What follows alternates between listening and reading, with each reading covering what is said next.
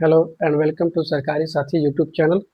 आज हम लोग पढ़ेंगे वायुमंडल की परतें। इससे पहले हम लोग पढ़ चुके हैं पृथ्वी की आंतरिक संरचना, और आज हमारा टॉपिक है वायुमंडल की परतें। वायुमंडल की 5 परतें पाई जाती हैं। ठीक है, वायुमंडल की कितनी परतें पाई जाती हैं? 5 परतें पाई जाती हैं। तो ये देखिए कि तीन चीज़ें होती हैं। ठीक, ये हो गया हम लोगों का जलमंडल, ये हो गया स्थल मंडल, ये हो गया हम लोगों का जैवमंडल।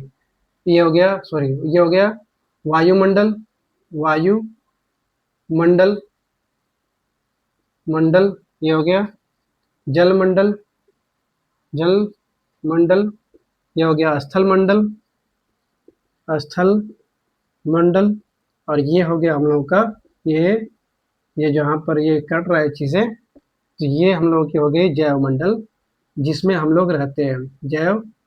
जैव मंडल। ठीक, ये हो गया जैव मंडल।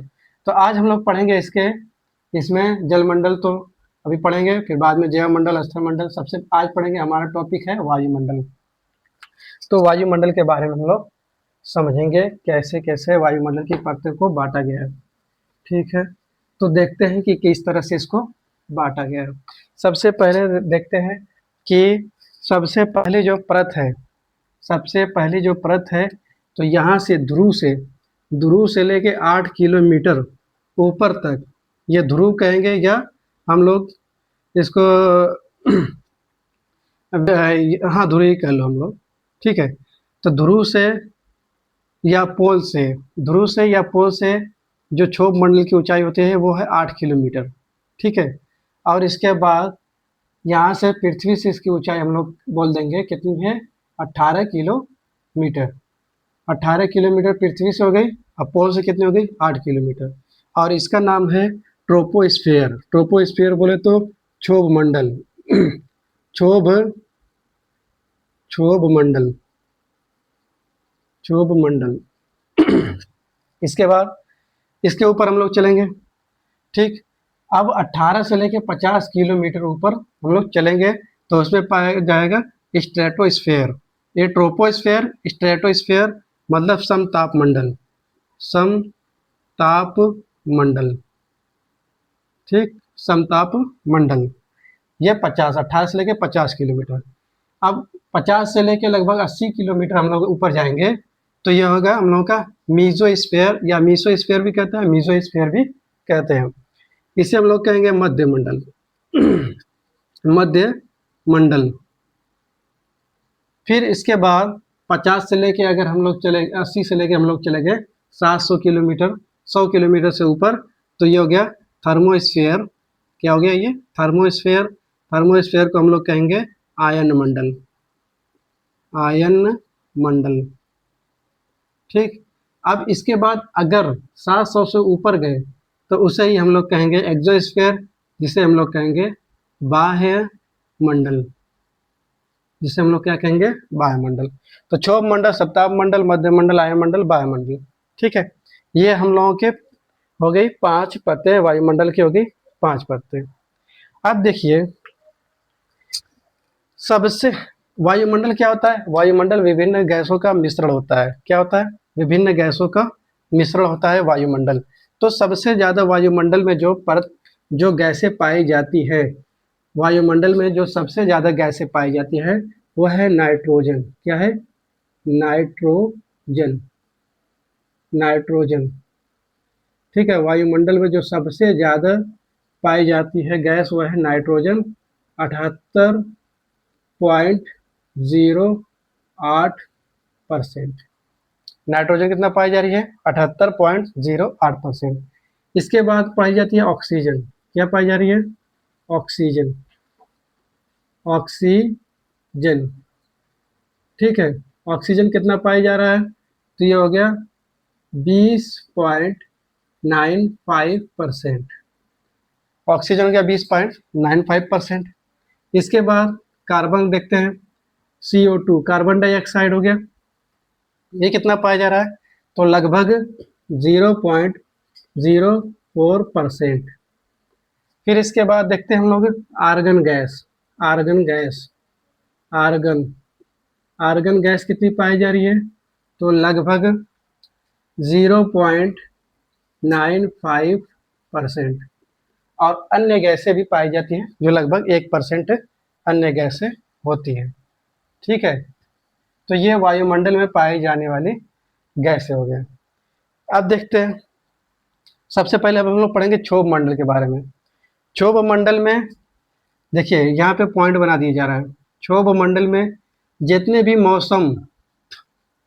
मौसम संबंधी संबंधी ठीक है घटना,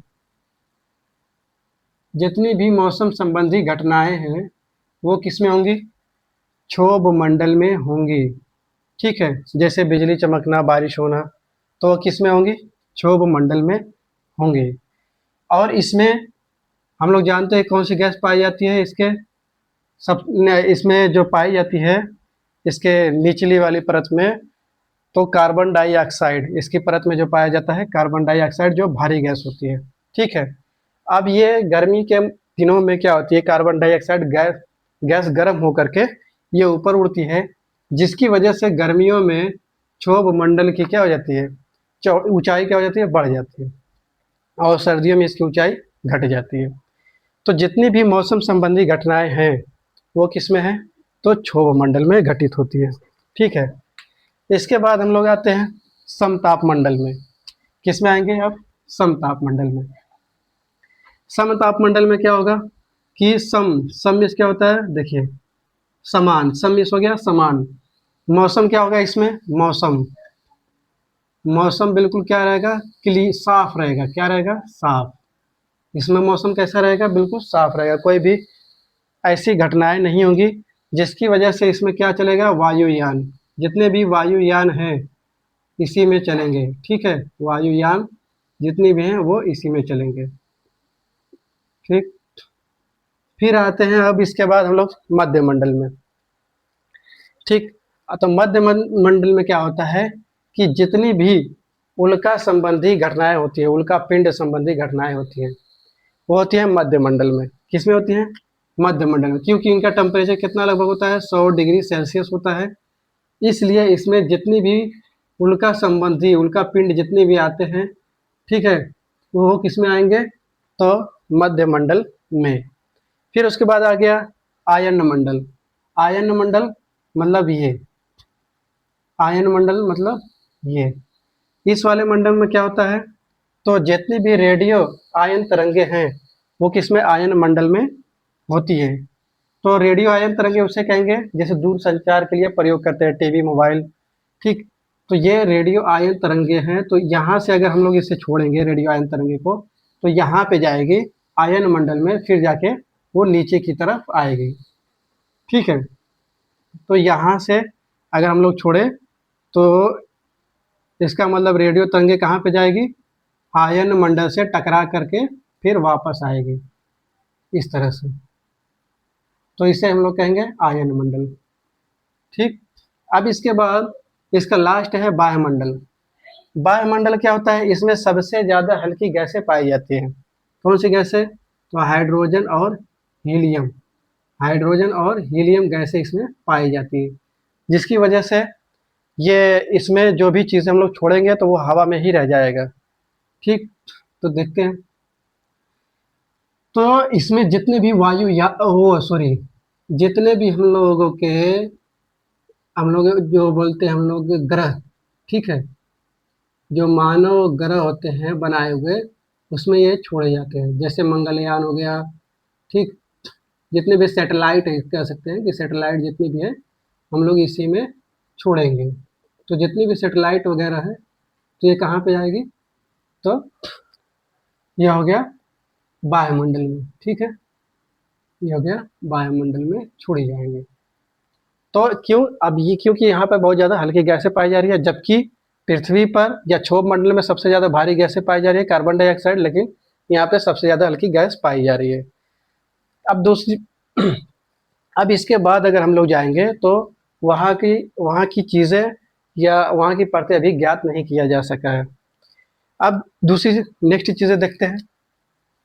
अगर देखिए, अगर 1 किलोमीटर अगर हम लोग ऊपर जाएंगे, 1 किलोमीटर अगर ऊपर है, इस तरह से मान लो क्षोभ मंडल में 1 किलोमीटर अगर ऊपर गए तो लगभग कितना हो जाएगा, तो 6.4 या 5%, हम लोग 5 लिख लेंगे, 6.5 डिग्री सेल्सियस तापमान घट जाएगा। क्या हो जाएगा, तापमान, टेम्परेचर घट जाएगा।